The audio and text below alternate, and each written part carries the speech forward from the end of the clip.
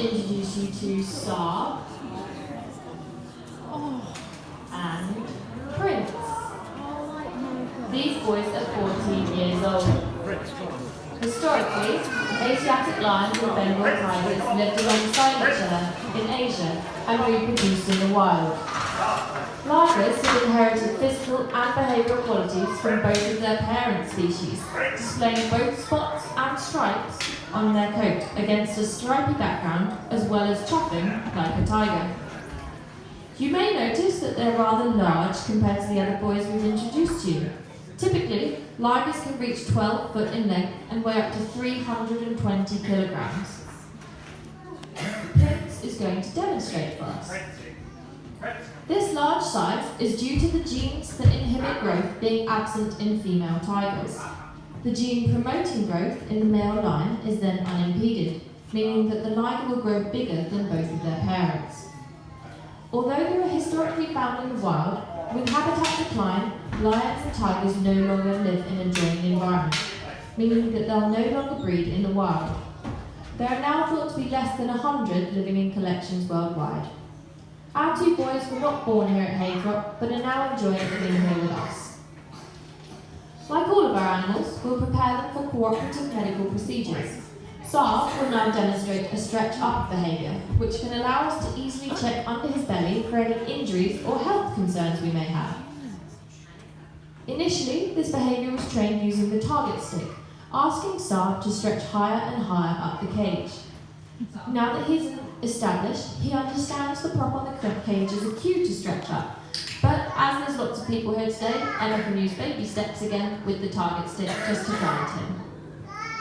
We always ensure that we reinforce the stretch behaviour up on top of the prop to maintain it. This behaviour can also be adapted to perform a claw check without sedation. In previous years, we've taught blood draws, vaccinations and desensitisation work, with members of the public assisting.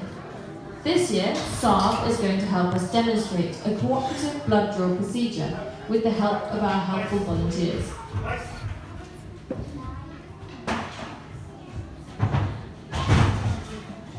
So, of course, this is very much a demonstration, but to Saab, it's just a normal practice session. So I'm going to be paying great attention to his behaviour and his emotion. So he's quite keen today. So just get ready for my helpers to be in position. And I'm going to call him now. Saab here. So I'm going to click him for just coming. And then we're going to drop the food down the pipe. Fantastic. Now I'm going to wait for him to lay down. He knows that this is the next bit of the behaviour. Good. I'm going to mark that behaviour. Now perhaps I need to give him a vaccination. So I can do some desensitisation on his thigh here. And this is where we could maybe give a pre-med or, as I said, a vaccination. So I'm going to mark that behaviour for not reacting. Decided not to put my hand through the cage and just use a tool. Exactly the same sensation.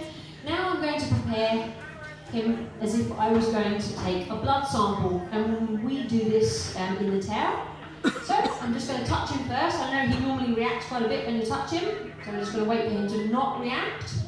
I'm going to mark that behaviour. Now I don't know what he's thinking, so I can only go by his external behaviour. So I'm going to carefully encourage his tail to come out the hole. His tail's extremely strong. So I've got a grip. I'm going to mark that, paying attention to what his face is doing in case he's licking or doing something I don't want. If I mark that behaviour, I'll then encourage it in the future. So I'm going to get him just to relax. Okay, so my assistant is going to feel for the blood vessel. So here at 10 o'clock, you're going to feel for that squidgy bit, and that's exactly where we would take the blood from.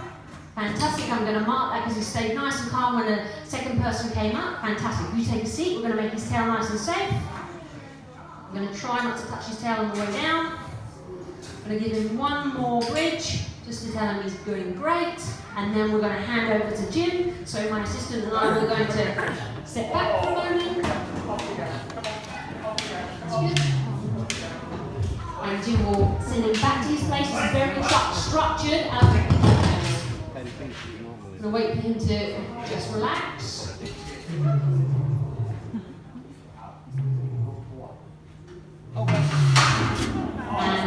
out he goes.